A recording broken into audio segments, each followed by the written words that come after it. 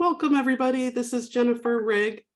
I serve as Executive Director at the Global Campaign for Education US, or GCE-US. We're so thrilled you all could join us today. Please introduce yourselves in the chat box. We'd love to hear from each of you, share where you're zooming in from today, your organization, if applicable, and any questions, comments that you have throughout the meeting for our speakers. We're really thrilled today to be covering a variety of topics, and we'll start from our colleagues with the Library of Congress Literacy Awards Program. Grateful to them for the amazing work that they're doing around the globe and around the country, and exciting that they'll be able to share with us a little bit more about the Literacy Awards. And then we are thrilled to hear from the Save the Children Action Network, and Griffen Saul will lead us through some of their exciting campaigning, and we're grateful to all of you who are getting involved. We'd love to hear from you all. If you or your colleagues plan to attend the Education Cannot Wait High-Level Financing Conference in Geneva next week, and H.D. Wright, the youth representative with Education Cannot Wait, or ECW, is wonderfully with us today. We're thrilled that Reverend Dunn with Lutheran Social Services of the National Capital Area is here to talk to us about some of the important work that's happening. Often we really sit at the intersection between global, national, and local work to ensure the human right to quality, inclusive education, and all of the related supports that are needed. And so thrilled that she'll be talking about the community engagement programs and work that they do. And then many of you have perhaps seen at the end of 2022, a fantastic piece came out that Pierina and Katie, student fellows with GCE-US, will walk us through with recommendations. And we'll share that in the chat so you can take a look and help spread the word in partnership with our colleagues at First Focus on Children for the Big Ideas book for incoming policymakers in 2023 and beyond. And this week in particular is a focus on Black Lives Matter at School. And we're really thrilled that our colleagues from the National Education Association, Center for Racial and Social Justice, will be joining us. Obviously, we need more than just 1 week. And so this is an opportunity for us to look at events happening around the country and around the globe, resources and information that we can share with others. So we're really thrilled that all of you are here today for this jam-packed agenda. And with that, I'm going to pass it over to my colleague, Annie Lynn. Huge thanks to Annie for organizing and bringing us all together. And we have some slides to share. And I think everybody can see as well information about the full bios for our speakers.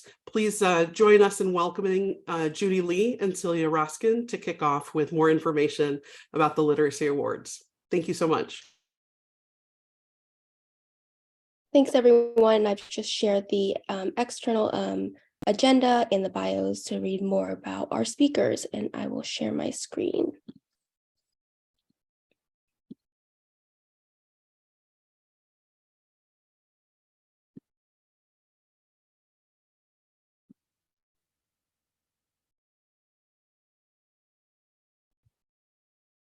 Is that visible?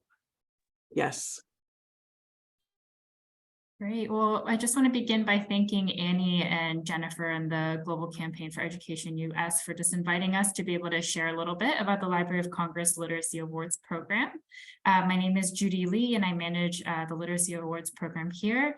And I'm joined by Celia Roskin, our Administrative Support Assistant, who will also help me share some information about this awesome program. So Annie, if you don't mind skipping to the next slide. I would love to just begin by sharing a quote from our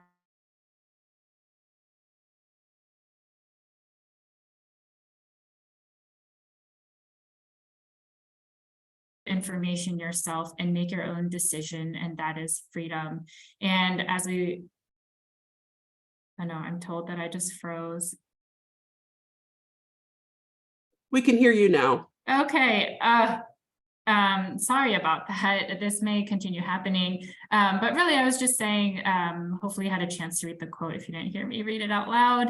But freedom, we feel like we can replace that also with things like opportunity or the ability to choose or agency or confidence. And I think the list goes on, and feel free to join us in the exercise of filling it in with your own definition or what literacy can do for a person and for a community.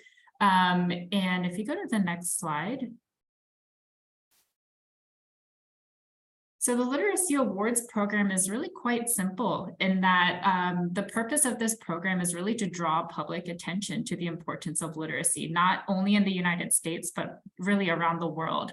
The program has been around since 2013 with the generous support of philanthropist David M. Rubenstein. If you're from the DC area, the name is probably very familiar. He's a big supporter of the Library of Congress, and over a decade ago, wanted to support an initiative to celebrate organizations that are doing really great literacy advocacy work, literacy promotion work, as well as to use this as sort of a stage or an opportunity to raise awareness about the need to advance literacy again around the world. So this award program is really a celebration for those who win. They can win a cash prize to further their organizational mission, program goals, as well as gain public recognition for their outstanding work in promoting literacy, as well as join a network of past winners and honorees. And so at this point, 10 years into the program, we have over 150 winners and honorees.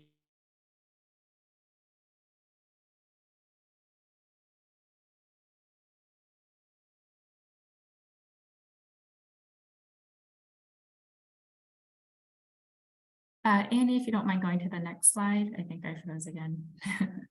I'll try to make my part quick. And so there are really 3 top prize categories that an applicant can apply for. The David M. Rubenstein is sort of our namesake. It is for $150,000 for one organization that has made an outstanding and measurable contribution to increasing literacy. This could be in the United States or abroad, or even both. But this is $150. The winner can use that money however they would like to. There are 2 other top prize categories, the American Prize and International Prize. For $50,000 each. Similar idea, it's celebrating really outstanding work being done, but focusing with the American Prize on work being done in the US. You know, it could be a small region, it could be in multiple states. And then the International Prize, again, really great literacy promotion work, but somewhere other than the US. And then each year, we also can award up to 15 recipients for the Successful Practices Honoree category at $5,000 each. And this is not a category that you actively apply to, but automatically by applying to one of the top prize categories, you're automatically considered for the Successful Practices. And this is unique because once you're awarded or recognized for a successful practice, and you can kind of see an example of several that we've recognized in the past or different categories, we do like to host and work with our past winners and honorees to celebrate and help share the awesome work that they're doing. Currently, we're doing that through a 5-part webinar series, 3rd Thursday of every month, and we'll share a little bit more information about that. But you know, we see our position as a Library of Congress to help raise awareness and just share the awesome work that our winners and honorees are doing. So we try to do that. The next slide, if you don't mind, Amy. I'll just wrap up my little portion here with just an idea of what our review panel looks for when they're reviewing the applications. So this is not, Celia and I don't have a part in reviewing the applications. We have a full working advisory board. They're experts from the field, you know, representing publishing companies to professors to organization executives. Who have skills and expertise in literacy. They're looking at things like innovation, sustainability, replicability, measurable results, evidence-based practice. And this is new actually for us this year, which is community responsiveness. So looking at the organization's awareness and their responses to the unique identities and social assets of the communities served and how are they empowering the communities that they're working in. And so these are evaluation criteria. I won't go into them in too much detail. It's all available with more information on our website, which we'll share links to in a moment. And so Celia, could you tell us a little bit about the application process? Yes, thanks, Judy. Annie, if you could go to the next slide, please. So I'll be going over some information on how to apply to the Literacy Awards program. So the Literacy Awards accepts applications from not-for-profit organizations based in the United States and abroad, as Judy mentioned. Please note that we do not accept applications from individual people or from for-profit institutions. Some additional requirements for applying to the awards include that the organization cannot have previously received our largest award, which Judy mentioned was the David M. Rubenstein Prize for $150,000.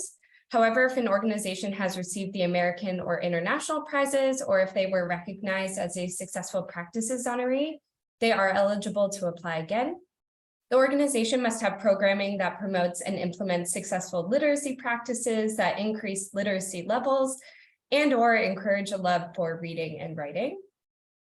To apply to the Literacy Awards, one must complete an application, which Judy said before is available on our website now. And this includes 3 short narrative response questions and 6 short essays that respond to each of the evaluation criteria, as listed in the last slide. In addition, we also ask that you provide 2 letters of recommendation in your application package, and we highly recommend that these letters of recommendation come from someone who's very familiar with the organization and knows the mission and the successes of the organization well. Applications are due this year on March 1st, 2023 at 11:59 p.m. Eastern Standard Time and must be submitted to our email at literacy_awards@loc.gov. All right, Annie, if you could get to the next slide, please. So we encourage you to explore our website for more information about the awards. You'll notice we have a screenshot here of our homepage, and I'm going to just give you a very high-level overview of what we offer here. So if you're interested in applying to the Literacy Awards, I suggest you visit the Apply tab, where you can find the 2023 application, the evaluation criteria that our advisory board will be judging the applications on, and our frequently asked questions, which can also be found on our homepage here. To learn more about our past winners and honorees, you can find information on our individual organizations that have won under our Winners and Honorees tab. We also have an interactive online map that can be found in this rotating carousel of photos on our landing page, as seen here, which highlights and displays winning organizations on a world map. And we also try to notify our website visitors of any news related to the Literacy Awards under our News and Events tab. So you can find press releases and important announcements and reminders there. We also keep the recordings of our webinars there. And we've actually just recorded our Literacy Awards application information session, which should be available sometime this week. We also have several webinars coming up, as Judy mentioned, as part of our 5-part webinar series highlighting our 2022 winners and honorees. And to register for those events, I believe Judy put that link in the chat, but we also offer that on our website on this rotating carousel again, in that picture that you see on the slide here. And our next webinar will be highlighting organizations that are engaging with their local communities, and that will be on February 16th from 3 to 4:30 p.m. Eastern Standard Time. So go ahead and check out our website. If you have any questions or want more information about the Literacy Awards, and if you'll go to the next slide, you can email us at literacy_awards@loc.gov, or you can email Judy or me at our personal emails listed on the screen. Thank you so much. Thank you. This is terrific information, and we're really thrilled to be able to all help spread the word. My colleague Katie Loos wonderfully typed in the chat. Please do share your questions or comments in the chat box. Thanks for also sharing your direct contact information so people can reach out to you directly. I guess just one question while we're waiting to see if there are any other questions that we would love to raise, as we know there's such a strong focus on foundational literacy as well as numeracy. And so would be curious to hear about, as you're planning these webinar series and opportunities throughout the year, as well as the great work with the awards program, what types of best practices and promising practices you're seeing on community-oriented, inclusive literacy, foundational learning, and outcomes globally as well as across the country? Thanks. Yeah, that's a great question. I think the best thing to do would just to be, explore our past winners and honorees on our website. This year, we're focusing on sort of 4 broad categories that the 2022 winners and honorees sort of fall into, and those include engaging local communities, nurturing partnerships, promoting a culture of reading, and specifically in the US, advancing adult literacy in the US. So I think we always receive a handful of applicants from the US that are focused on the adult population here. And, other things we've focused on sort of innovative approaches to advancing literacy as well. Things like having books available at local laundromats. I think this was happening in France. There's not a simple answer, maybe, Jennifer, to your question, because we've seen a lot. We've seen a lot of really creative approaches to literacy. And so I would just encourage everyone to explore our website for some of those themes that have been highlighted. Thank you so much. Thanks for sharing that terrific information, and we'll keep spreading the word as well. Thank you for joining us, and it helps to. Want to try it? Please go ahead. Okay, great. It helps to build into the next topic as well. We're really thrilled to be joined today by Griffen Saul, who's the lead associate of volunteer engagement with the Save the Children Action Network. And there's amazing community engagement work happening on a variety of topics that Saul and his team are leading, not just on literacy, but starting really in the early years. So over to you, to Griffen. And if folks haven't had a chance to see everybody's full speaker bios, we'll make sure that can be shared in the chat. Griffen Saul's doing fantastic work with the Save the Children Action Network and joined us today to talk about some exciting campaigning work that's happening in February and opportunities for partnership beyond this month as well. Over to you. Thanks so much, Jennifer. Pleasure to be here. And thanks for Judy for telling us about that awesome program. Tough act to follow, but definitely on theme here. To give a little context for those who don't know about Save the Children Action Network, we're the 501c4 side of Save the Children, the political and advocacy mobilization arm of the organization. Our biggest issues are around early childhood education, which I'm going to talk about today, childhood hunger and food insecurity, mental health, climate change, and then humanitarian crises broadly, like what's happening at the border, what's going on in Ukraine. And we actually are involved in elections work as well, so we'll have a presence during 2024. But with that said, Annie, if you're able to share the toolkit, our primary focus right now is a campaign called Have a Heart. You may have guessed it's a campaign that takes place around Valentine's Day. So really any time throughout the month of February, which is kind of now and ongoing, we're asking partners, colleagues, friends, community members to engage in this campaign with us. And the whole premise of the campaign is super, super simple. We're asking our advocates, our volunteers, our partners to quite literally write Valentine's Day cards to their lawmakers with the goal to quote unquote have a heart and allocate more funding for early childhood education programmings, both domestic and international programs like Head Start domestically. If we can kind of scroll down to the next slide. So I want to make note that we have this toolkit available in Spanish as well for any folks who have volunteers and advocates with Spanish networks. And all of our resources are available digitally on our website as well. This kind of gives an introduction to our volunteers and our advocates, or your volunteers and advocates as well, on how to get involved and kind of like the origins of the campaign, as well as kind of walks you through the main premises of what this toolkit's all about. So how to amplify your message, you know, how to deliver the Valentines, how to create your advocacy postcards, etc. If we can scroll to the next slide as well, one more down. So this is kind of a crucial piece that I'll flag. Save the Children Action Networks, we advocate domestically. Our influence is global, but we really work to kind of have that catalytic effect at the you know, federal and local legislative levels. So this is where we work.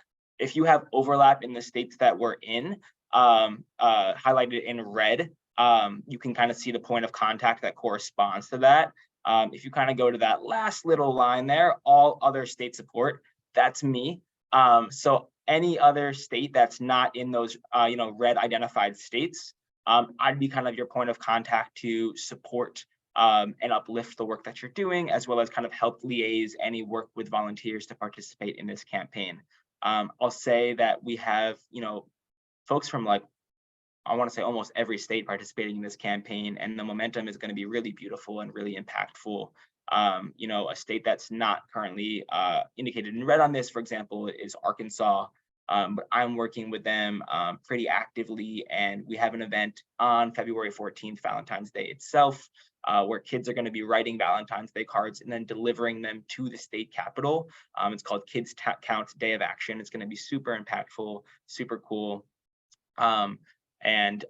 You know, with that said, though, if you do have overlap in the states, we kind of do have state managers indicated again with the corresponding you know, red, but would love to kind of talk with you individually as well if you're thinking about engaging, and then can be the point person to connect you with our state managers. Can you keep scrolling, please? So this is kind of a quick little fact sheet. I'm sure not that you all like need this information, but it's really powerful for volunteers as well to kind of just give some basics on you know, early education and the magnitude of kind of the crisis that we're facing, especially with early literacy, the impacts of the COVID-19 pandemic, and you know, really kind of unaffordable access to childcare that we're seeing. A big initiative that we had worked on, you know, last year was McPhee, the maternal infant early childhood home visiting, which thankfully was reauthorized, but there's still a very long way to go in terms of you know, affordable, equitable access to childcare, and ensuring that you know, every child has a fair and equitable access to early programming as well. And we kind of have that little Kids Heart U sheet as well, in its own one-pager, which can be downloaded and printed as well. Next slide, please. So this is where we can get creative. You know, we have some sample messaging. My favorite: roses are red, violets are blue, invest in kids and voters will love you. We really are encouraging you all and your advocates to kind of have fun with this, to really make it your own. The whole premise of the you know, campaign is to have a heart, but the way that you manifest and kind of deliver that message is up to you. Some of our states, specific states, will have, you know, specific legislative asks for their state legislature that starts. For example, in South Carolina, they're working on securing funding for every kid to get access to free breakfast. They currently already have that for lunches in public schools, but want to make it accessible for breakfast as well. So depending on the state you're in, there might be a specific legislative ask. At the federal level, it's really broad. We want the Appropriations Committee to allocate more funding for programming. And it's kind of like, this is the time that they're going to be doing that, since committees are now being assigned. Next slide, please. Again, this is some sample messaging.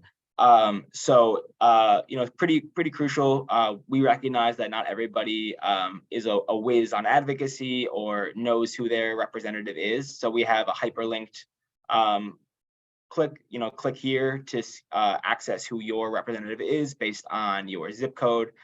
Super accessible and easy for folks to find. We do want folks to mail these to their representative, either mail or hand deliver. So it's not, just the creation of the card, which is a great way to engage your community and engage your volunteer base. But really hopefully have that real impact as well, where we're sending it to the representatives. You're signing it with your name, with your organization, and they're receiving it and taking it into account. And again, some sample messaging to see as well. Next slide, please. So, touching on what I had just mentioned, I don't need to kind of go into it too deep. We want you to mail the Valentine's Day cards, either mail or hand deliver. Hand delivering is always great. We realize that's not accessible for everybody. We had a limited number of physical toolkits as well. We have a few left, but those physical toolkits kind of contain everything you need to create the Valentines. They have colored paper, they have scissors, they have stickers, they have stamps, so for postage as well, and they're bilingual toolkits.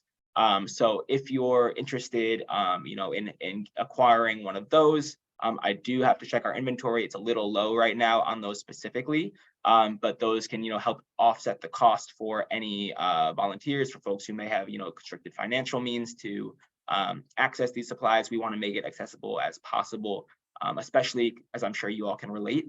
Most folks volunteer with us because they're affected by these issues, whether it be early childhood education, childhood nutrition. We want to make it accessible and feasible for everyone to feel like they can be an advocate and have a difference in the change-making process. Next slide, please. Oh, that might, maybe just keep going, one more. Yeah, okay, cool. So amplify your advocacy. What happens after those beautiful Valentines are created with all of your artistic skills? We want to amplify the message. Obviously, we will be, highlighting all of this work on social media as well.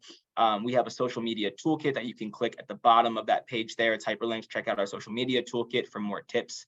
But the hashtag we're going to be using is Invest in Kids. So if you use that hashtag, whether it's a Valentine you create in office or beyond, we'll repost it, we'll reshare it, we'll uplift the work that you're doing. It's a great way to align on messaging, a great way to co-brand, and uplift the work that we're all doing. When I first had the opportunity to connect with Jennifer, and actually Casey was on this call as well, I think we really both bonded over the fact that it's so interesting how we all try to do the same thing, yet find ourselves competing so often. And I'm of the mindset, and I hope y'all are as well, that we can be far more impactful when we work together. So that's why I'm so grateful to get the opportunity to be here today and talk to y'all, and then hope be able to uplift your messaging and the work that you do as well to promote education for young people. But and the final message I'll leave, because I think this is the last slide here, is we do campaigns around a slew of different issues. This is, one that's currently and actively going on. So if you don't have the bandwidth to get involved with it right now, we're always doing things and would love the opportunity to kind of connect and stay in touch and build those relationships so we can create a more equitable and better future for kids. And if there's any questions, we'd love to answer them. But yeah, I'm pretty sure that was the last slide. This is terrific. Thank you so much, Griffen. And thank you, Casey, for connecting all of us. Absolutely. We're really, you can see in the chat, Casey and others are adding their things. Any questions, comments? We'd love to hear from all of you what you're planning for campaigning throughout this month and beyond. And these are just fantastic resources. Griffen, if you might be, we tried to share in the chat some of the web links, for looking up members of Congress and going straight to the Invest in Kids social media toolkit. But if there are any other resources to take people online straight to this fantastic toolkit and resources, please do share. Thank you very much for joining us and keeping us posted on the fantastic work of the Save the Children Action Network. Annie, over to you, and Henry. We're really excited there's a lot happening in February for such a short month, right? So we're excited to hear next on Education Cannot Wait. Thanks, Griffen, and thanks, Jennifer. Yep, we're really glad to have Henry Wright, the youth representative from Education Cannot Wait, the UN Global Fund for Education in Emergencies. Over to you, Henry, and I'll share your slides. Well, thank you for that brief introduction. I really have been trying to keep the bio short and humble. So thank you very much for that. And thank you for the very kind invitation to present here today.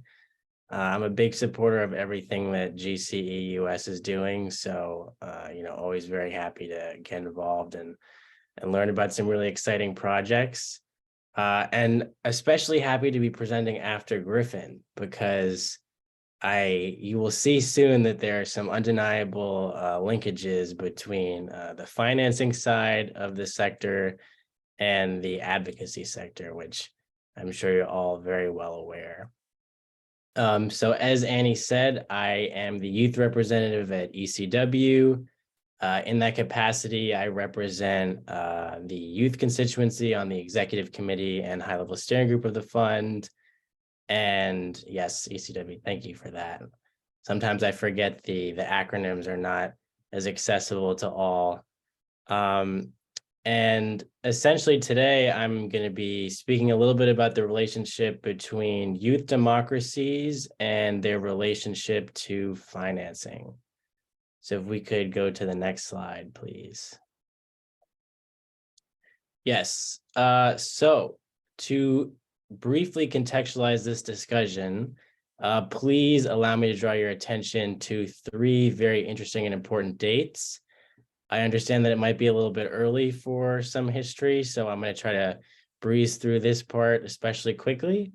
But 3 really important dates to contextualize this conversation are January of 1920, October of 1945, and March of 2020. And what is profound to us, specifically at the youth constituency, about these dates is that they, at least very generally, allow us to track not only the evolution of the international humanitarian development sector within the framework of the UN system, but they help us conceptualize the evolving role of youth in that system itself. So for the very first date, 1920, we see the establishment of the League of Nations. Kiki is already hungry. Oh, all right. Okay, I will continue. If there's a question, I would be so happy to answer at the end. So 1920, establishment of the League of Nations in Paris. And the most profound fact, at least to us, is that even though there were more than 1 million African soldiers who fought in the war, only Liberia was included under the auspices of the presiding British, French, Italian, and American delegates. And of the millions of young people from across the African continent who saw their fathers serve, none were represented that day among the delegates. And so if we move forward in history about 2 decades, 1945, League of Nations transitions to United Nations after the outbreak of First World War and some problems enforcing disarmament. At this point in history, the idea of working with young people is still incredibly foreign to the sector. And, from a national standpoint, we see in 1945, of the 51 states that were signatories to the Declaration of the UN, only Ethiopia and Liberia are full founding members. And so one, kind of profound point about both of these 2 junctures in history is that we see some very powerful and inspiring diplomatic language espoused by governments praising universal human rights and universal democracy, which we love.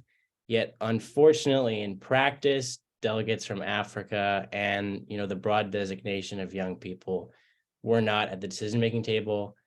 And within the context of decolonization in Africa, many African countries still had not decolonized. So the idea of inclusion at that level is just incredibly foreign.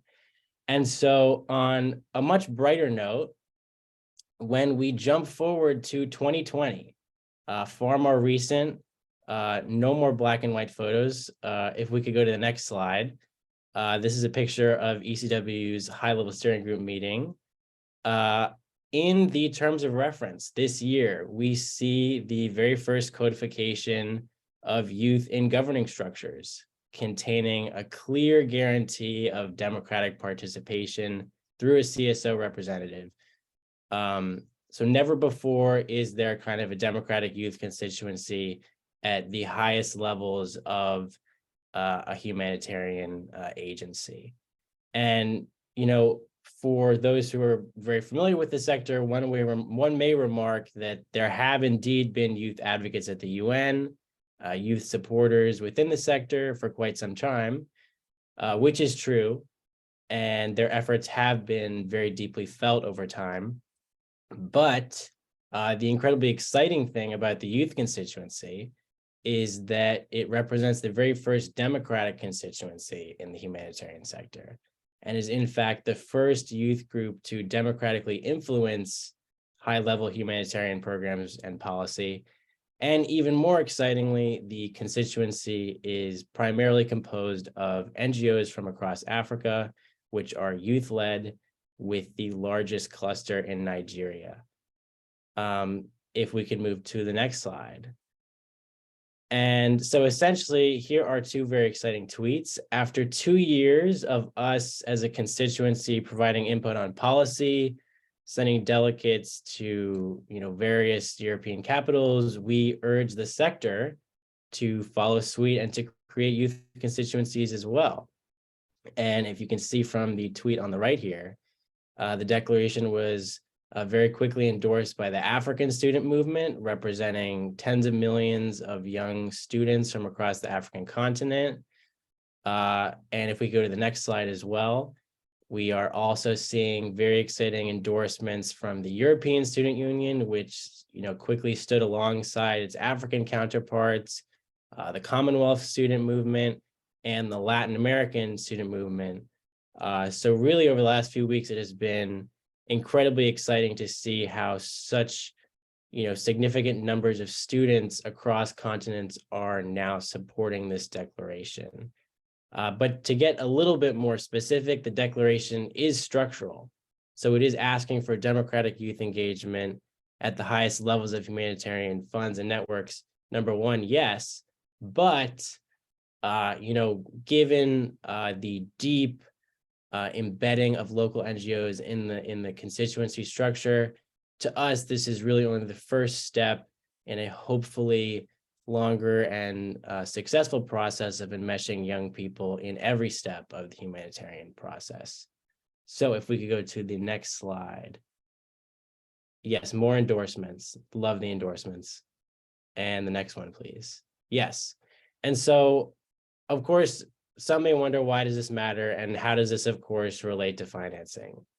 I would say, of course, the rule of thumb in the sector is that everything kind of goes back to financing, but to provide a little more of a substantive answer, as we know, at least, especially from what Griffen recently said so eloquently, is that humanitarian funds focus a really significant amount of time and energy on raising money, and they're incredibly effective at it. And this is just simply a necessity because of the nature of this sector. But at least to us, what is equally important is the diversity of the institutions that funding props up and the communities those institutions engage to produce humanitarian programs. So to wrap up with one final, kind of exciting call to action, while the sectoral conversation is geared towards the high-level financing conference, we hope that this brief presentation will serve as a call to action or a reminder of sorts to enmesh young people and their democracies in humanitarian structures, so that when the next financing conferences arrive, we are better positioned to co-create programs that more adequately address the needs of young people in emergency settings. Thank you. And very happy to answer any questions.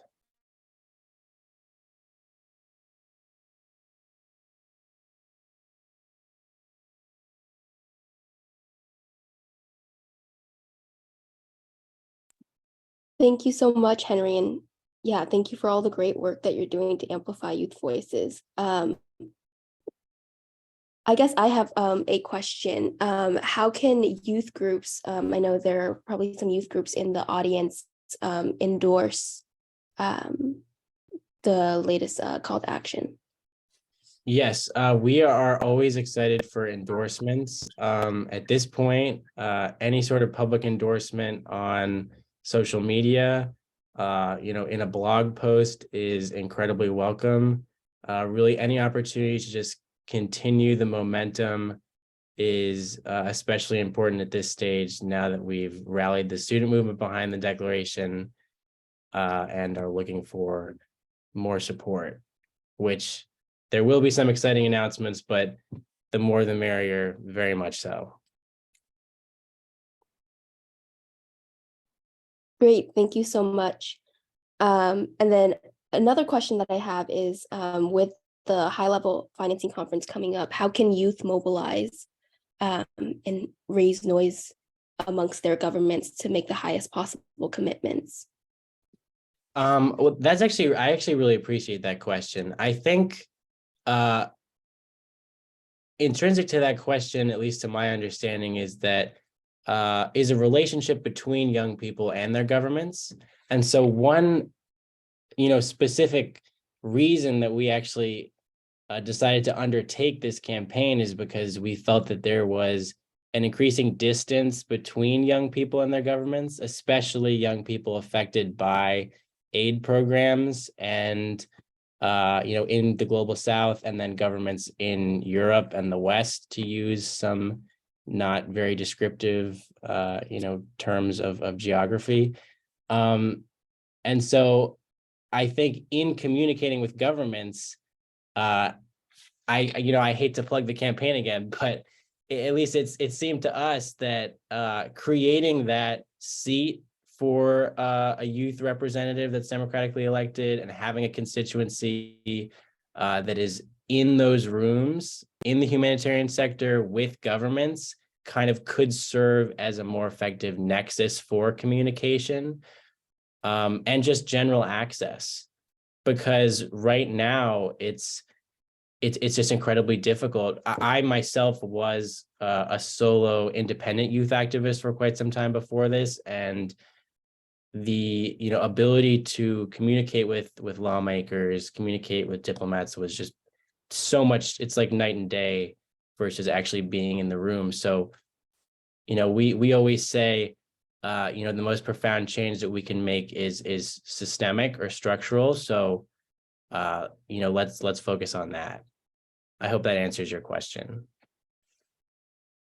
Yes, thank you so much for these insights. And please, if you're comfortable sharing your email in the chat in case there are any youths who would like to connect. Over to you, Jennifer. Thank you, Henry. Thank you, Annie. And please continue the ideas and questions in the chat box. Thank you for sharing, Henry. The Education Cannot Wait High-Level Financing Conference happening next week. Kent Page and the colleagues at the ECW Secretariat have also put out some campaigning resources. So we shared postcards from the resources where they're encouraging young people from around the globe to share their perspective and their stories. And Henry, please keep us posted. And thanks very much for your leadership. We're really thrilled to next hear from Reverend Christine Dunn, who's the Director of Community Engagement with Lutheran Social Services for the National Capital Area, as we think about what the implications are globally for people and how can we specifically help in our advocacy to overcome those challenges that Christine and her colleagues are seeing day to day. Over to you, Christine. Thanks so much. So as mentioned, my name's Christine Dunn, and I reside in Washington, D.C., and I've served as a parish pastor in the Metro D.C. area for about 13 years. And the ways that I have in the past engaged with Lutheran Social Services of the National Capital Area, we just say LSSNCA, has often been from a congregational perspective. Because Lutheran Social Services, as you may know, is one of the primary resettlement agencies for refugees and immigrants in the Metro DC area. And LSS is only able to do the work that we do because we partner with area organizations, congregations, and individuals. But before I get into the partnerships and how this dovetails into education, I did want to mention that we have been around since 1917 in the area. So for over 100 years, we have been trying to meet the changing needs of society, which means that depending on what's going on in society, LSS tries to pivot on our strengths to meet those needs. And as of late, one of the greatest needs have been meeting the needs of Afghan allies that have been arriving here on the East Coast since July of 2020. However, we don't just serve, our Afghan allies. We're also serving Ukrainian, Bosnians, many folks who are crossing on the southern border. One of the ways that for LSS that it's unique in terms of meeting education guidelines and is we are mandated by the State Department to do a certain amount of things in a certain amount of days. And so it's different because we are a nonprofit agency receiving some federal funding. And so we both work with, partners, other nonprofit partners, and also within the constraints of state funding and federal funding. One of the things that we are required to do within, as I mentioned, we primarily are meeting the needs of refugees. And so we're required within 90 days to have a refugee help them find housing, employment, and legal aid, and get them sort of sustainable in their own right. And so I often use the analogy to just demonstrate how difficult this is we have folks who are arriving from other countries. They may or may not know the language. They definitely don't know how American society works. And I know how hard it is for me just to navigate, going to renew my driver's license. I can't imagine trying to find housing, find a job, get through all the legal implications. And then if I have children, helping them to navigate the school system, or if I, as an adult, am in need of education opportunities or recertification processes to try to navigate that. The process is just really, really difficult. And the 90-day expectation is almost undoable. We definitely get folks in housing, and we do all the things that we have to do, but to become self-sustaining, that's the whole other piece. And that's where education access really is crucial for our new American friends. The first thing that I want to say in relation to education, which may be obvious, and I just alluded to it, is since we are serving refugees, we have both adult learners and children learners that we are trying to serve. And so especially for our adult learners, ESL class access is really, really crucial. We receive some funding and some donations to help do that. However, as an agency who's really just on the ground with folks, we rely really heavily on volunteers who function as tutors, either online or in person. We partner with other organizations who offer ESL classes and so forth. But one of the challenges of this is because ESL is going to be one of those things that is going to really enable refugees to go farther in their education, in their job search, etc. There are many challenges that someone faces, and one of those is transportation. One of those is many of the jobs that refugees need to take when they come into America don't necessarily have job hours that would allow for folks to take classes in the evening or whatever. They might be working night shift, and then they also had childcare challenges. The other challenge that we face when we're trying to serve refugees is, since we're situated in the DMV, We are also straddling different state requirements between Maryland and DC and Virginia, and all those states or areas have different requirements upon their state programs. I'm going to highlight a couple, and I'm just going to say the names of some of these programs in the chat. After I finish talking, I can link you to our website. Because all of the intricacies of each of these programs, it becomes a lot. But we have the Virginia Refugee Student Achievement Project, which we call VERSAP. And we also have a similar program in Maryland. But the advantage of this program for our refugee families is that it helps we give an orientation to the American school system. What does this look like? And because it's going to be a very different experience for them compared to what they're used to. And we help them navigate the school registration process and sign each family up with a tutor and a mentor to help them be more successful, and offer after school and recreational activities specifically for LSS-NCA clients to help children acclimate to American society a little bit easier, to give them a group of folks that they can bond with and are walking through a similar process as they are. One of the things that's really important, and we do this in all of our educational opportunities, and also for adults, is, as you can imagine, many of the folks that we're dealing with come with incredible traumatic backgrounds.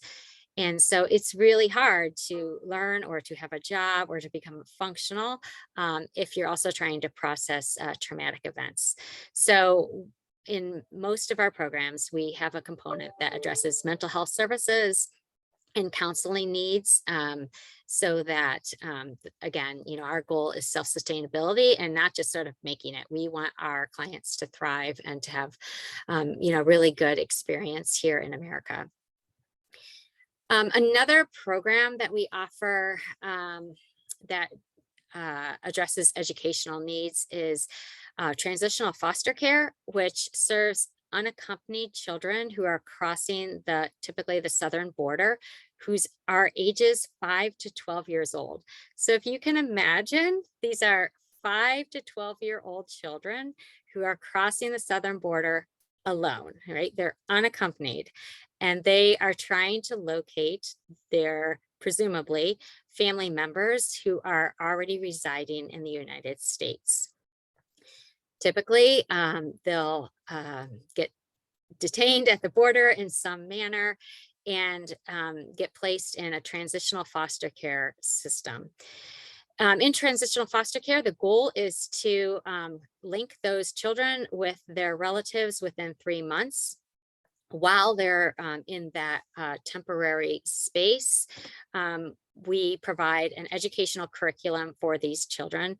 It's 5 hours a day during Monday through Friday in a specialized environment that addresses some of their needs. The curriculum is especially designed for them with ESL and math and science, all of the things that you would hope for children, but it's temporary. We hope that they're not going to stay in this situation, and we're going to move them in with relatives.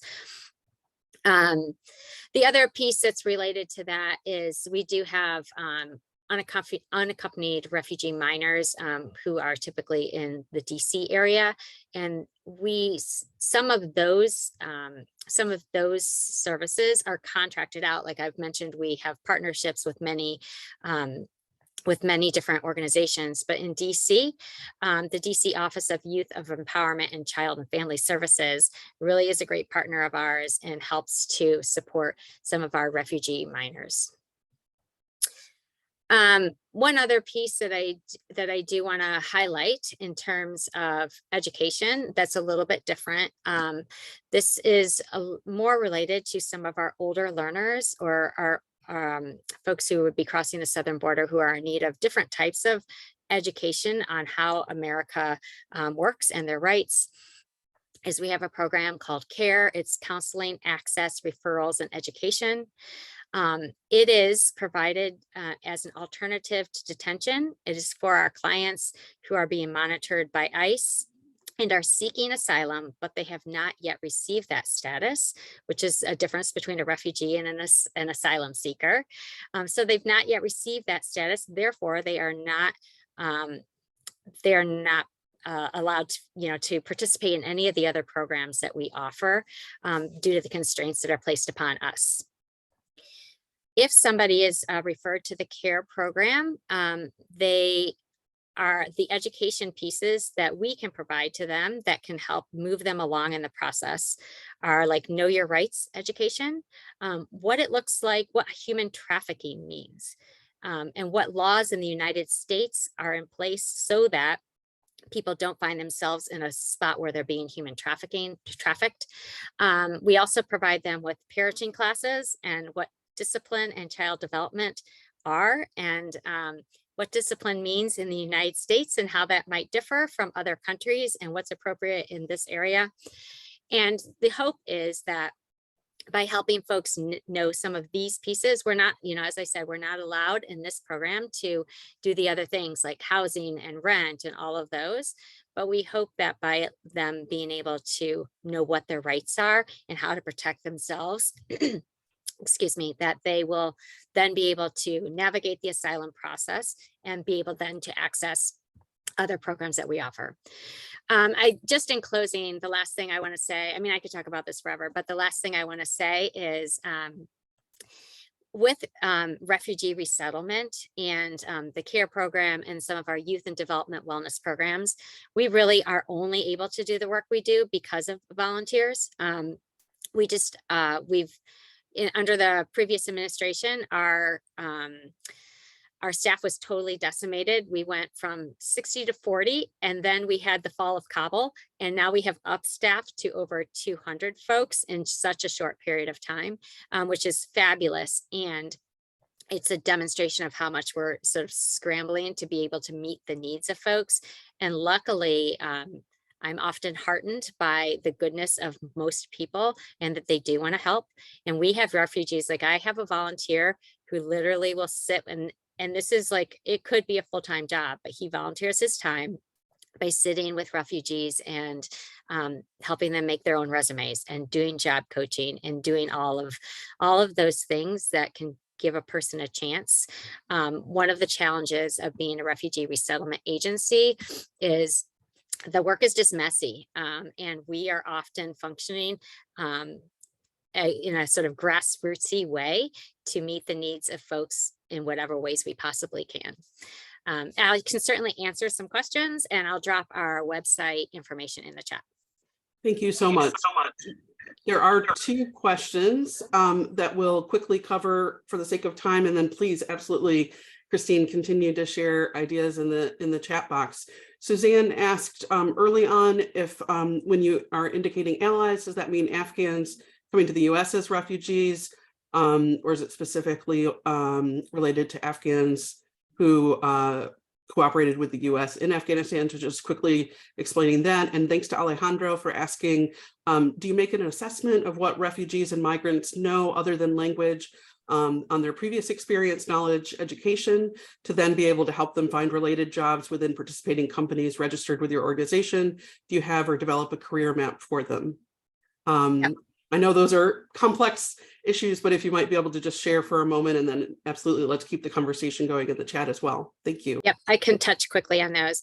When we say Afghan allies, typically it is Afghans, in this case, it is Afghans who have assisted the US government. And those folks are typically granted a visa called an SIV visa, special immigrant visa. This is the best possible scenario for a refugee because it allows them to stay in the United States and seek employment and do all the things that we would want them to do. Some Afghans arriving are on humanitarian parole, which is for 2 years, and they need to complete the asylum paperwork and all of that within the 2 years, which sounds doable. The challenge is we've had so many folks arriving in such a short period of time that getting all of that paperwork filled out and then getting it through all the hoops is is a real challenge. You may have seen in the news recently that we've asked for, well, not we specifically, but there has been a bill on the floor to ask for an extension on that. I encourage you to, we are in a unique position that I can't tell you which way to vote or do anything like that, but I encourage you to go to our website and read about the Afghan Adjustment Act and Title 42. These are real-time bills that are affecting people's lives. And those are the couple things. We have Afghans that have been arriving in the United States for years and years and years. But specifically, when I say Afghan allies, it is the folks that have been affected in the most recent wars and with the fall of Kabul. In relation to employment and all of those pieces, part of the reason that I brought up this great volunteer, his name is Ron, at the end is because we really do try to find out, a lot of our friends come to us and they have great, they have this solid education from wherever they've come from. They have certifications, they're doctors and nurses and teachers from, in their home countries. And those pieces don't necessarily transfer easily here into the United States. So we are in the process of putting together better recertification programs so that that transfer process can be easier. We do have folks who work with, people who've come with higher education and to try to, they basically like lean on their networks and say, hey, I'm working with this this refugee. And so when we have volunteers who bring with them great networks, we certainly lean on them to help employ our refugees. We also have corporate partnerships with different organizations who are very friendly to hiring refugees. Thank you so much. And over to you, Annie, and we'll quickly delve deeper into some of the fantastic recommendations on these fronts.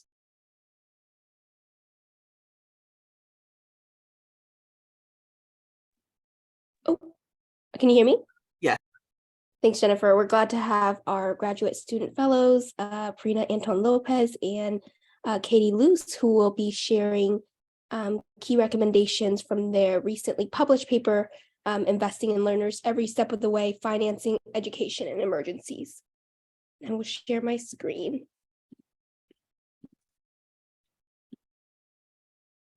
Thank you so much, Annie, for the introduction. My name is Pierina. Like Annie mentioned, I'm a graduate student fellow with the Global Campaign for Education, where a lot of my work has been focused on education and emergencies, both here in the United States. As some of our wonderful partners have mentioned, there is definitely a humanitarian crisis going on at the US southern border, but also those crises abroad. Hi all, I'm Katie Loos. I'm also a graduate fellow at GCE-US and a graduate student at Teachers College Columbia University, where I'm studying education policy. And I mainly focus on domestic education policy issues. So Pierina and I had a really great opportunity to work on both the international and domestic side of these investment issues and topics. So Hi, I'll let you start off. Thanks, Katie. So just to give a brief overview of the Big Ideas publication that is run by one of our partners, First Focus on Children. Historically, this is a publication that happens every few years where different organizations and their leaders are invited to submit articles facing, providing some sort of policy recommendations with the focus, with the audience of policymakers in mind. But this year, or last year, I'm sorry, in 2022, was the first year that First Focus on Children took a more global approach. So including, wanted to include a more international focus on how to best protect children and ensure that they're at the center of our education policy making. So Katie and I, along with our colleagues, Stephanie and Jennifer, were able to put together this piece that focused on kind of providing an overview of recommendations that we feel are really crucial to address the financing gap for students affected by conflict and crisis, both at in the domestic space, but also abroad. So a brief outline of our article, we had the chance to interview Esther Gamba, who is a youth advocate with Jesuit Refugee Services. Then we go into a case study looking at different responses to sort of refugee education in Uganda and Bangladesh, and then looking at first-generation students in the U.S. who were either resettled or arrived to the U.S. Through other means, and finally ending with brief recommendations to policymakers. So I can get started with the international case study. So first, we decided to look at Uganda, which has been sort of an example on how to a lot of countries on how to best promote the integration of refugee students. And so we specifically took a look at their education response plan, and we found that despite their incredible efforts to do so, to include refugee students in the national education system, only 43% of refugee students were enrolled in schools.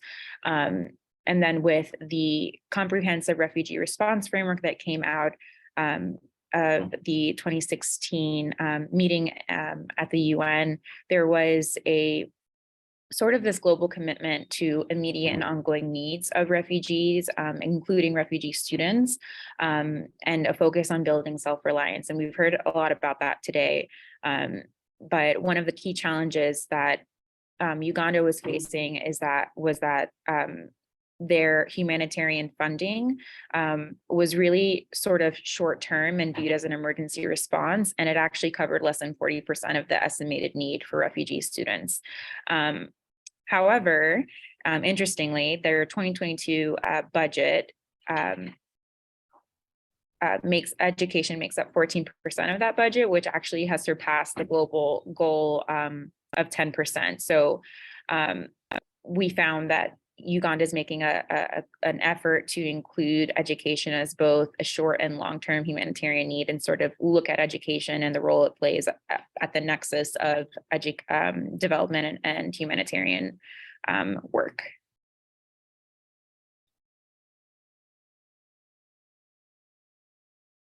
So this slide essentially just provides an overview of education's kind of share of the UNHCR budget. So as you can see, it's one of the bigger kind of pieces of the pie alongside self-reliance, economic inclusion and livelihoods, and healthy lives. So this is clearly one of the key commitments of the humanitarian system, is to, incorporate refugee student education, make it a priority, so much so that it's one of the top 3 funding priorities of the budget last year. And so turning over to our second case that we looked at in the paper in Bangladesh. So I'm sure all of us know, since 2017, close to 1 million Rohingya refugee have fled military coup and, essentially horrible attacks on the Rohingya people. Since 2017, close to 1 million Rohingya refugees are now living in Bangladesh. And the situation is also kind of impacted by climate change. And so there's a lot of different needs for the Rohingya refugees that are living in the Cox's Bazar refugee settlement in Bangladesh. But despite this, huge need, education is only 5% of UNHCR's budget. The housing and settlements receive the highest portion of the budget. And one of the interesting things that has been one of the interesting programs that has been going on is sort of this pilot program that was undertaken by UNICEF, which was kind of the first opportunity that Rohingya refugee students were essentially allowed to access education through teaching them the Burmese curriculum. So this is not, an effort to formally incorporate Rohingya refugees into Bangladesh's national education system, but this pilot is essentially trying to prepare Rohingya refugee students for the future, and if in case repatriation ever becomes an option. So at least this pilot is underway to help provide these Rohingya refugee students with some access to education, in their country of origin's language, and also kind of keeping in line with the curriculum in their home country. So then again, you can see that education makes up a much smaller portion of UNHCR Bangladesh's budget, and sustainable housing and settlements and healthy lives are kind of the top priorities. Again, because climate change is such a big concern, there is a concern about making sure that refugees have access to clean water, sanitation, hygiene, and that they have safe homes. But we know, as education advocates, how important access to education is, and how important it is as a way to protect students as well. And I'll pass it over to Katie to talk about the work that she did on the domestic aspect. Thanks, Pi. Yeah, so we decided in writing this article, we would be remiss to address these international cases without looking at what's happening here on our own borders, particularly the southern border. So I think Reverend Dunn covered this very well, talking about the localized issue. But based on recent census data, about 83,000 undocumented children ages 3 to 17 are not enrolled in school. That definitely doesn't even encompass all. And while there are protections in place based on these legal protections, Blyler v. Doe, and then Renee v. Flores, which looks at unaccompanied minors, we've also seen some challenges to that recently from leaders in Texas. So we know that even though those protections are there, they don't necessarily impact or affect students on the ground. There are also other federal programs like the Refugee School Impact Program and Unaccompanied Refugee Minors Program, which are doing more localized work coming from federal funding. But again, there's little local level oversight with this funding, and as well as Pi addressed, when looking at the whole child, it is really school dependent for what supports are in place for the child's mental health. Again, what Reverend Dunn talked to these mental health issues, but also the legal, different legal barriers that children and parents have to work through when sending their child to school. So that was a pretty quick overview, and then we'll get into recommendations. So back to you, Pi.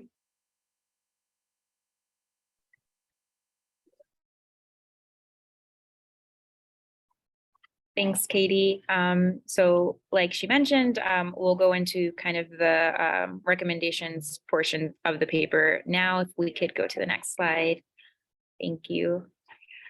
So internationally, we found that, it's really important for globally for us to formally incorporate and ensure that education is fully included and funded. So not seeing it as just a short-term need, but actually something that is prioritized as a long-standing program in our humanitarian response plans.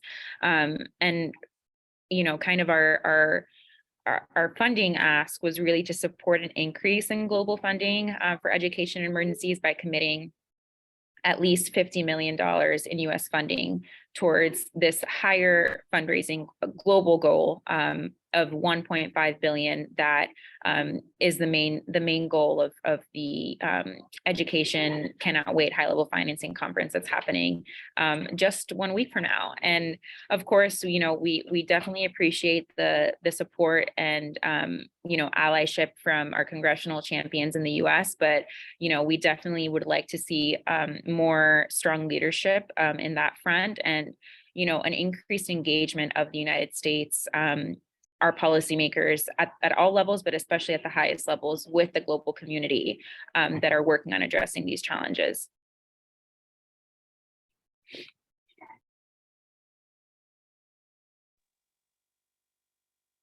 And then at the national, state, and local level, we focused on 3 big recommendations. So investing in and incentivizing the creation of teacher training programs focused on cultural respect and understanding.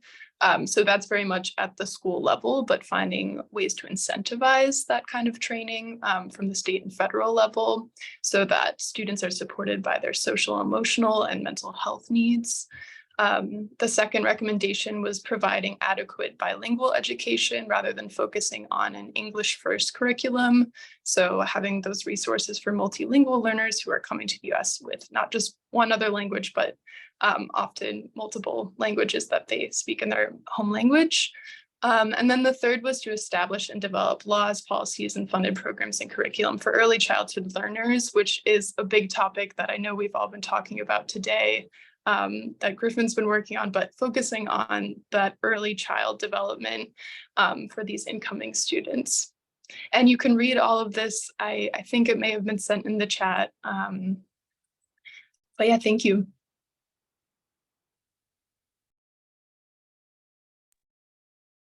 Great work. Thank you so much, Pierina and Katie, and everybody for sharing your perspective in the chat box as well. Suzanne, we'd love to hear more about what's happening in Ukraine and Poland. Absolutely. And thank you, Christine and Julia for sharing perspective. Absolutely. Julia just wrote about how critical it is to raise the issue of inclusive education for children with disabilities, which HI is trying to support both in Bangladesh and Uganda in these settings.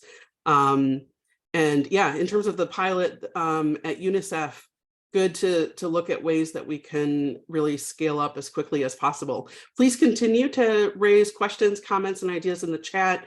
And we also will put a shared document where we're collecting questions for US government on it related to Afghanistan. But if you all want to add other questions that you'd like to be passed over to the Center for Education at USAID at headquarters level, or to request that they go to a more local or regional level, please feel free to add those in as well.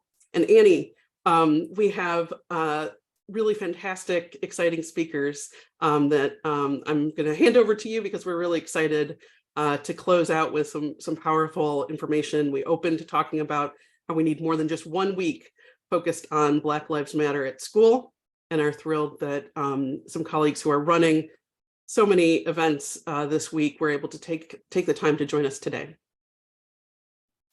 Thanks, everyone. Yes, we're so grateful to have Stephanie Luongo, the Senior Policy Analyst at the National Education Association Center for Racial and Social Justice, as well as Samantha Carwyn, the Organizing Director at Black Lives Matter at School, to discuss the Week of Action, which is this week, and all that's ahead throughout this month and beyond. And Samantha, I believe you would like to share slides so I can make you a co-host. Thanks so much. And I'm gonna, I was just gonna say that I was gonna let you kick it off. So share a little bit about your map, and I'll show a little bit of our work. Great. Thanks, Samantha. I'm Stephanie Luongo. I'm with the National Education Association. It's our nation's largest union of educators.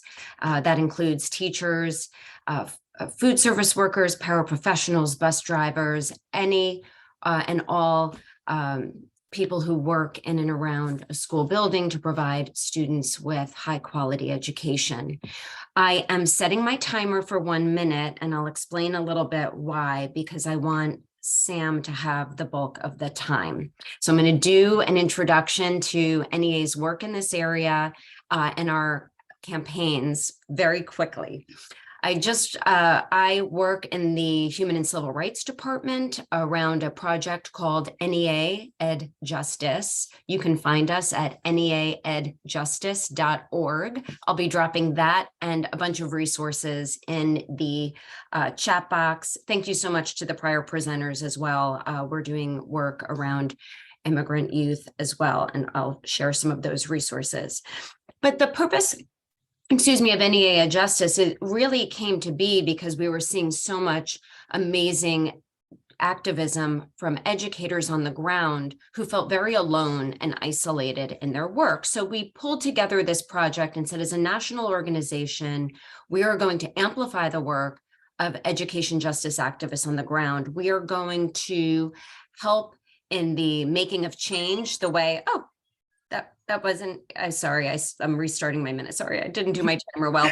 And so quickly, we're going to help make that change by knitting together the way unions traditionally did. We used to organize a town and then leaflet in the next town and let people know what is possible and that they can organize as well. We're going to use our to help amplify the work so others can join in. And we are going to reach across race and place and movements and help knit together best practices, learnings, and resources. So that is some of our initial mission. And as the president of the NEA, Becky Pringle, often says, we are going to unite movements to ensure that public education is something it never was intended to be, which is racially, socially just, and accessible, equitable, and high quality for every single student in this country. So we have campaigns around the freedom to learn an honest and accurate education. We have campaigns around immigration, and I'm from New York, and I'm a terrible fast talker. I'm going to drop some of our campaigns. We have resources around some recent research on culturally equitable education, and we have resources on how to boost your research and advocacy and have it reach more people, because we actually have message research that addresses head on why we need to be talking more about race, that opponents to the things that you care about, the things you want to win, they are out there race baiting and they are talking about race 24/7. And as progressives, we often think by being by having this very neutral tone that we are not that we are, above the fray, and we really need to be using language that is tested, that is not reinforcing frames being used against us, and that so we can actually start to win more for our students. So we want justice and joy in education, and that is why when we saw, Sam's going to correct me, 2015, 2016, the first real organizing that was branded Black Lives Matter, I think out of Seattle and Philadelphia, we said, these are educators doing amazing movement building. And I really want to pass it to Sam because it is the work of Black Lives Matter at school. We are amplifying this week. We are amplifying some of our campaigns that dovetail completely. But the real organizing is happening on the ground in the regions and states. And we are part of our racial justice theory of change is that really a lot of this stuff doesn't start with us. And so I'm now stepping back and not taking any more oxygen because I really want you to hear about the amazing work happening with the Black Lives Matter at School organization. Sam, take it. Oh, and you can mention the map, Sam, but take it away. Yeah. Good morning. Good morning. Stephanie, if you don't mind. Oh, never mind. I think we're good to go. So I am going to screen share real quick, mainly because I'm a rambler. Or actually, Stephanie, can I have you screen share? It's being a little wonky, and I'll tell them a little bit. I just sent you it. Great. So you could have it at the top of your email. So Sam Carwyn, she, her, hers. I know y'all have my bio. I was a classroom teacher and I taught in special education when I taught. And then I also worked doing a lot of community work. And really what I am so encouraged by is the work that NEA has done and how I say our connection to NEA and how I think about what we do as Black Lives Matter at school is our hope is to connect people. So connect people, whether they're on the ground with the teacher in the district next door, or like me, I was the only Black teacher in my entire district. So where can I get connected to someone across the country who's already doing this work in a unique and different way?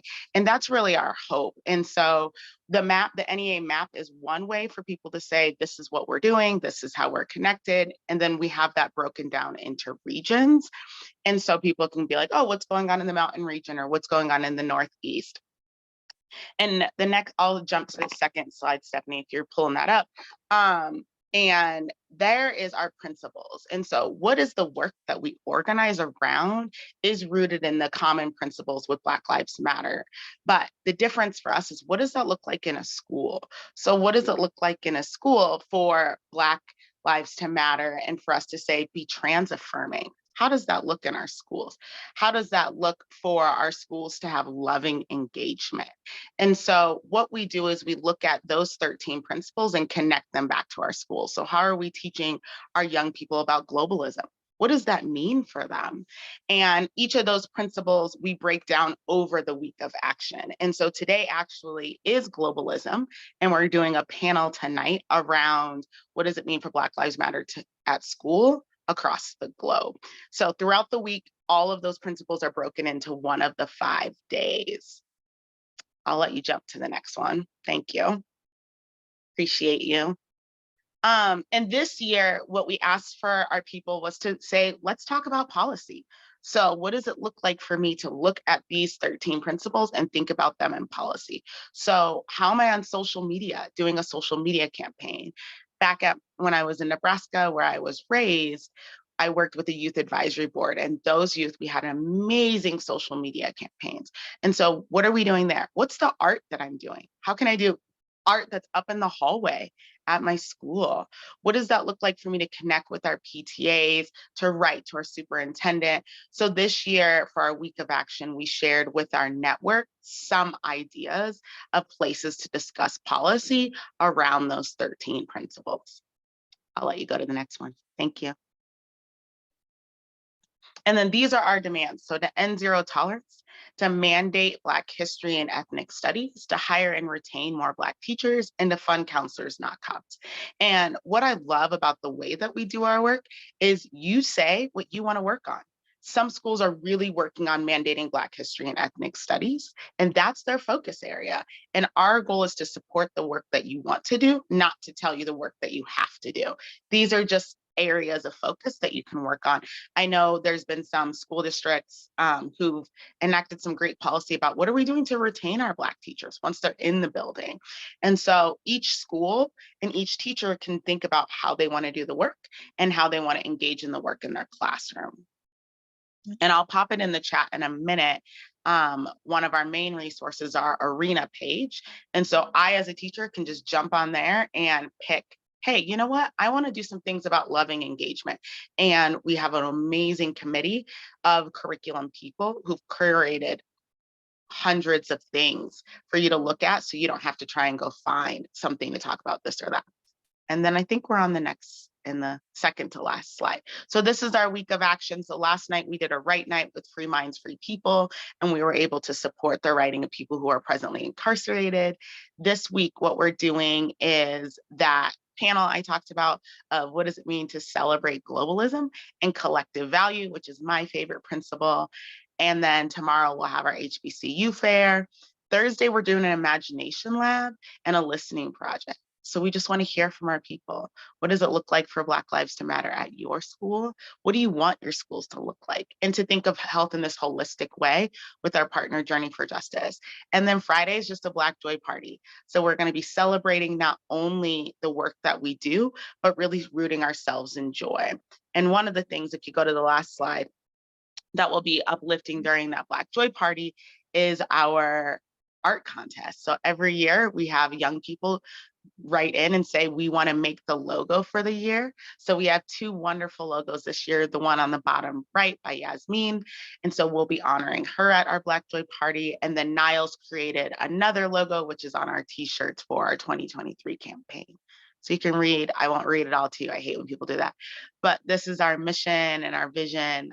We had our logo, and I'm excited to see what young people are saying of what is Black joy, right? Like, what does it mean to be unapologetically Black, which is one of our principles, and what does that look like in our schools? So that's a little blurb. I think I'm at my time about us, and please reach out. Let me know how we can support the work that you're doing. If you just want to talk, I know we just got official staff in November, so we're brand spanking new for staff, but we've been running as a volunteer org for the last 5 years. So I'm excited to come on as staff, and I'll drop my email in the chat and a little bit more about us. This is amazing. Thank you for everything that you're doing. That's really exciting to hear. You know, it's also really remarkable. This is all volunteer driven, right? We're all representing different nonprofit, civil society, community organizations around the country and around the globe. And so we're so grateful. I already saw a question jump in the chat. Y'all absolutely. Yeah, Pierina says, as a product of the Florida public school system, wanted to ask how Black Lives Matter at schools is supporting teachers and policymakers in Florida who are trying to advocate for AP African American studies courses, especially given the environment where many teachers feel censored and speaking up in fear of retribution. Yeah, so a couple things. One, we're helping connect people with when you speak up, and if you face retribution, what can you do? We're also helping people navigate what does that mean to protect yourself. So over the summer, we'll be having some training around safety online. How do you protect your information? How do you do this work in a way that doesn't put you at risk? And then we also are hoping, and I can't say too much, it's like in the works, but there is some work that we are doing specifically around how do we bring that particular course to life? How do we support people who want that information and cannot access it through their traditional school system? So what we want to do is support people, not just in a conversational way, but also with, hey, this is what you do. Here's your next steps when you're facing backlash. Thank you very much. And we are at time, but this is such an important topic. Stephanie, I see you mentioning state-specific guides and sharing resources. Stephanie, anything that you wanted to add as well to answer these questions and comments? No, I mean, I don't know how much folks know about the value that unions bring to educators. Obviously, a big one is collective action, but the other one is we have a very active Office of General Counsel, and so do all of our state affiliates. And we are actively defending not only individual teachers, but going and defending curriculum against what are state standards. And so we believe there's we won in New Hampshire, we have a very strong case to be made where we believe that they are denying the rights of students to an honest and accurate education. And we are pursuing legal cases wherever and whenever possible. Sometimes other orgs are taking the lead, sometimes NEA is taking the lead, but we are coordinating nationally on this. We're not letting this go. But we also believe our members have a right to advocate, especially outside of school. And that's what the Know Your Rights are around curriculum. And we also have Know Your Rights around where they can safely be protected in their advocacy. I would just add, I think it's also important to recognize the power of community. So I know one of our steering committee members, they set up a Saturday school, and these kids come to school every Saturday to learn because their school pushed back and they weren't able to get it in the district. And so I want to always honor the power of community work and community partnerships. Thank you so much. And this is so timely.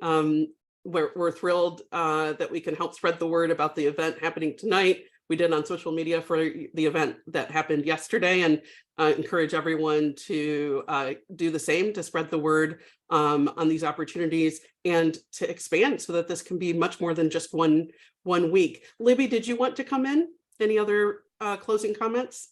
I don't know if I have anything to add. I feel like that was so well said. And I know that we're over time, but I just want to thank Sam and Stephanie for joining us and talking about the work that we're doing around this.